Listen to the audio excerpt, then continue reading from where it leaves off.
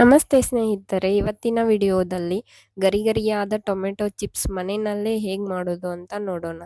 ಮೊದಲಿಗೆ ನಾನಿಲ್ಲಿ 4 ಟೊಮೆಟೊ ತಗೊಂಡಿದ್ದೀನಿ. ಇವನ್ನ ಒಂದರಲ್ಲಿ 4 ಭಾಗ ಮಾಡಿ ಮಿಕ್ಸರ್ ಜಾರ್ಗೆ ಹಾಕಿ ಫೈನ್ ಪೇಸ್ಟ್ ಮಾಡ್ಕೊಳ್ಳಿ. ಈ ರೀತಿಯಾಗಿ ಫೈನ್ ಪೇಸ್ಟ್ ಮಾಡಿಕೊಂಡು ಅದಕ್ಕೆ ಅರ್ಧ ಸ್ಪೂನ್ ಚಾಟ್ ಮಸಾಲ, ಸ್ವಲ್ಪ ಉಪ್ಪು, ಅರ್ಧ ಸ್ಪೂನ್ ಅಚ್ಕಾರದ ಪುಡಿ, ಚಿಟಿಕೆ ಅರಿಶಿನ ಹಾಕಿ ಮಿಕ್ಸ್ ಮಾಡಿ. ಈ ರೀತಿ ಚೆನ್ನಾಗಿ ಮಿಕ್ಸ್ ಮಾಡಿದ ನಂತರ 1 ಕಪ್ನಷ್ಟು ಗೋಧಿ ಹಿಟ್ಟು ಹಾಕ್ಕೊಂಡು ಚೆನ್ನಾಗಿ ಕಲಸಿ. ಚಪಾತಿ ಹಿಟ್ಟಿನಗಿಂತ ಸ್ವಲ್ಪ ಗಟ್ಟಿಯಾಗಿ ನಾದ್ಕೊಳ್ಳಿ. ಈ ರೀತಿ ನಾದ್ಕೊಂಡ ನಂತರ ಕೊನೆಯಲ್ಲಿ ಸ್ವಲ್ಪ ಎಣ್ಣೆ ಹಾಕಿ ಮತ್ತೆ 2 ನಿಮಿಷ ಚೆನ್ನಾಗಿ ನಾದಿ.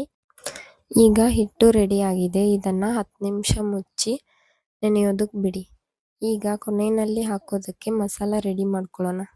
ಜೀರಿಗೆ ಪುಡಿ, ಗರಂ ಮಸಾಲ, ಕಾಳುಮೆಣಸು ಪುಡಿ, ಚಾಟ್ ಮಸಾಲ, ಹಾಗೆ ಸ್ವಲ್ಪ ಖಾರಕ್ಕೆ ಅಚ್ಕಾರದ ಪುಡಿ, ರುಚಿಗೆ ತಕ್ಕಷ್ಟು ಉಪ್ಪು ಹಾಕಿ ಇದನ್ನು ಮಿಕ್ಸ್ ಮಾಡಿ.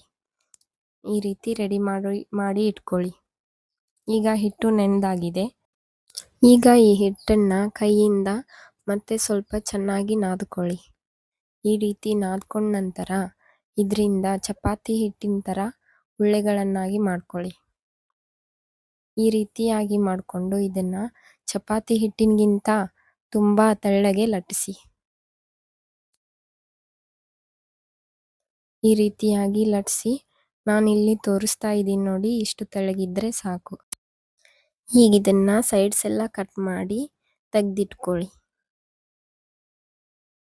ಈ ರೀತಿಯಾಗಿ ನಿಧಾನವಾಗಿ ಕಟ್ ಮಾಡಿ.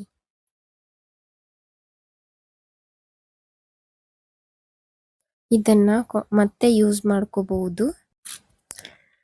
ಈ ರೀತಿಯಾಗಿ ತೆಗೆದಿಟ್ಕೊಂಡು ಹಾಗೆ ಇದರಲ್ಲಿ 3 ಭಾಗ ಮಾಡಿಕೊಂಡು ಇದ್ರ ಫೋರ್ಕಿಂದ ಈ ರೀತಿ ಹೋಲ್ ಮಾಡ್ಕೊಳ್ಳಿ. ಎಲ್ಲದಕ್ಕೂ ಹೋಲ್ ಮಾಡ್ಕೊಂಡ ನಂತರ ಇದನ್ನು ಒಂದರ ಮೇಲೆ ಒಂದಿಟ್ಟು ಈ ರೀತಿ ಟ್ರಯಾಂಗಲ್ ಶೇಪ್ ಕಟ್ ಮಾಡ್ಕೊಳ್ಳಿ. ಎಕ್ಸ್ಟ್ರಾ ಇದ್ದಿದ್ದನ್ನು ತೆಗೆದು ನೋಡಿ, ಎಲ್ಲ ಒಂದೇ ಸಲಕ್ಕೆ ಎಷ್ಟು ಚೆನ್ನಾಗಾಗಿದೆ ಅಂತ. ಇದನ್ನು ಎಣ್ಣೆನಲ್ಲಿ ಹಾಕಿ ಕರೆದ್ರೆ ತುಂಬ ಚೆನ್ನಾಗಿ ಬರುತ್ತೆ. ಫೋರ್ಕಿಂದ ಹೋಲ್ ಮಾಡೋದ್ರಿಂದ ಎಣ್ಣೆನಲ್ಲಿ ಹಾಕಿದಾಗ ಉಬ್ಬಲ್ಲ. ಇದನ್ನು ಒಂದೊಂದಾಗಿ ಬಿಡಿಸಿ ಒಂದು ಪ್ಲೇಟ್ನಲ್ಲಿ ಹಾಕಿ ತೆಗೆದಿಟ್ಕೊಳ್ಳಿ.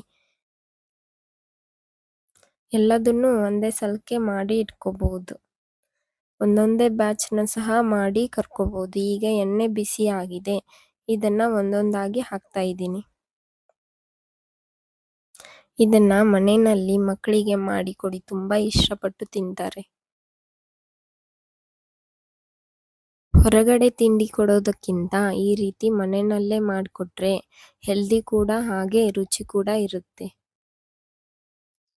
ನೋಡಿ, ಈಗ ಇದು ರೆಡಿ ಆಗಿದೆ. ಈಗ ಇದನ್ನು ಒಂದು ಬೌಲ್ನಲ್ಲಿ ತೆಗೆದಿಟ್ಕೊಳ್ಳೋಣ. ನೋಡಿ ಎಷ್ಟು ಚೆನ್ನಾಗಿ ಕಲರ್ ಬಂದಿದೆ ಅಂತ. ಈಗ ಇದು ರೆಡಿ ಆಗಿದೆ. ಈ ರೀತಿಯಾಗಿ ಕೂಡ ನಾನು ಇನ್ನೊಂದು ರೀತಿನಲ್ಲಿ ಕೂಡ ಮಾಡಿ ತೋರಿಸಿದ್ದೀನಿ ನೋಡಿ. ಈ ರೀತಿಯಾಗಿ ಕೂಡ ಮಾಡಿದ್ರು ಕೂಡ ತುಂಬಾನೇ ಟೇಸ್ಟ್ ಬರುತ್ತೆ. ಈಗ ನಮ್ಮ ಕ್ರಿಸ್ಪಿಯಾಗಿರೋ ಸ್ನ್ಯಾಕ್ಸ್ ರೆಡಿ ಆಯಿತು.